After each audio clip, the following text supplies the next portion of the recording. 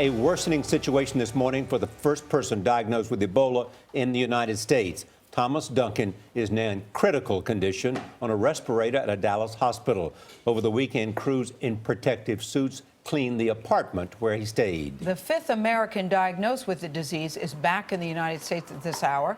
Ashoko Mukpo arrived in Maine this morning so his plane could refuel. He left Liberia yesterday and is now heading to Nebraska, where he will be treated.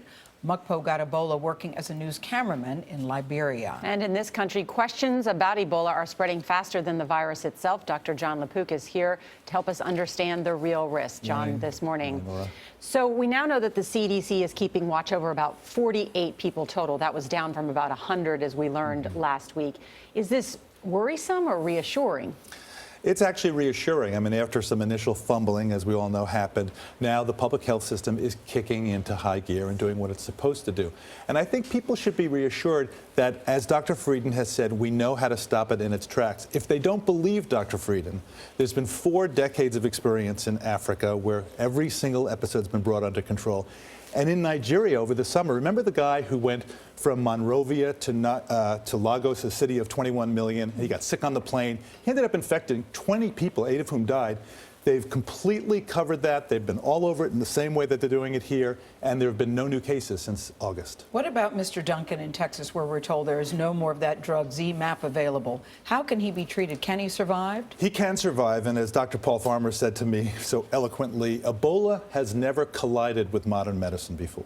Oh. So we know, we know how people die. They die from dehydration, from organ failure, from shock. We can give IV fluids, we can give electrolytes, and guess that bleeding problem, you can give them clotting factors. So there are things that we can do. There have been 6 people now in America. No American has died yet. No person treated for Ebola in America has died yet. Still, it's hard for people not to panic, John. You keep looking at all the different stories and you go, well, and believe me, I'm all over social media and I'm feeling it. And I would just say this. We all have worry buckets, right? Yeah. Things, and it's always right up to the top. It's not worth it to put this in your worry bucket. This is Rabbi LaPook, everyone.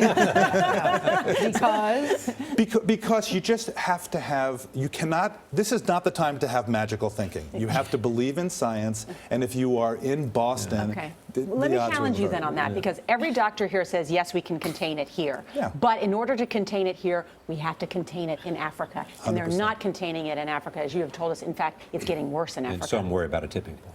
Yeah, I worry about the same thing. After all, we're talking about these new facilities that are going to be built. Well, the first one I heard yesterday from the Department of Defense is not going to be built, of these 17 Ebola treatment centers, won't be ready till the end of the month. Meanwhile, we learned from the New England Journal last week that the doubling time of this is every 2 to 4 weeks.